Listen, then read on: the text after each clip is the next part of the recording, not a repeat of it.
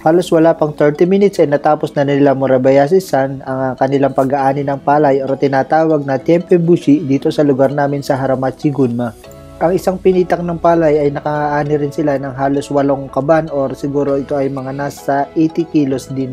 Kung mapapansin nyo, iniipon din nila yung mga pinagtabasan ng palay or pinag-iikan ng palay na pinagtanggalan ng mga butil nito. Kahit yung mga nalalaglag na palay ay pinupulot pa rin nila dahil alam naman siguro natin na gaano kahirap ang magtrabaho sa bukid. Kaya lahat ng mga nalalaglag or yung mga naiiwan sa linang ay pinupulot pa rin nila. Napakabilis ng pagtatrabaho nila at organisado ito dahil kabisado nila ang lahat ng gagawin at kita nyo naman napaka-safety rin ng makina na ginagamit nila. Kitang-kita nyo naman kung gaano sila kaseryoso sa trabaho. Talaga naman kahit sila ay mag-asawa, halos hindi sila nag-uusap. Tuloy-tuloy lang ang trabaho hanggang sa matapos ito. Mag-uusap lamang sila kapag yari na ang kanilang ginagawa.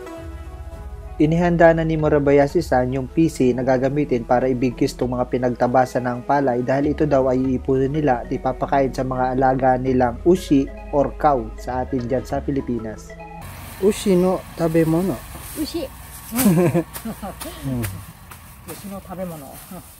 Ushi no tabemono. Napakarami rin ang naipon niyang pagkain ng kanilang alagang hayop at lahat daw ito ay hakutin nila doon sa kanilang alagaan or meron yata silang farm din ng mga pag-aalaga ng hayop. Hindi ko lang alam kung saan lugar yun kasi hindi naman ako sumama sa lugar nila. Magaan lang din naman na isang bigkis nitong mga dayami na ito kaya kayang-kaya din nila itong hakutin at buhatin nilang mag-asawa. Habang nagbibigkis si nanay ng mga dayami, ito at ikinarga na namin yung palay sa kanyang mini crawler at na harvester. Ito, dalawa kami nagkarga. Napaka-convenient talagang gamitin ng harvester na ito dahil nagagamit mo rin siya bilang panghakot at meron din siyang mga crawler truck type na tinatawag.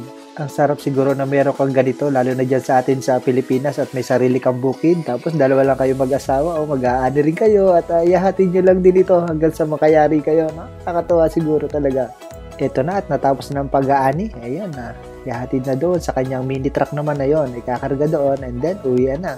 Simpleng-simple talaga ang mabigat na trabaho sa hapon. Walang imposible. Lahat ay napapagaan nila dahil sa ganda ng technology nila.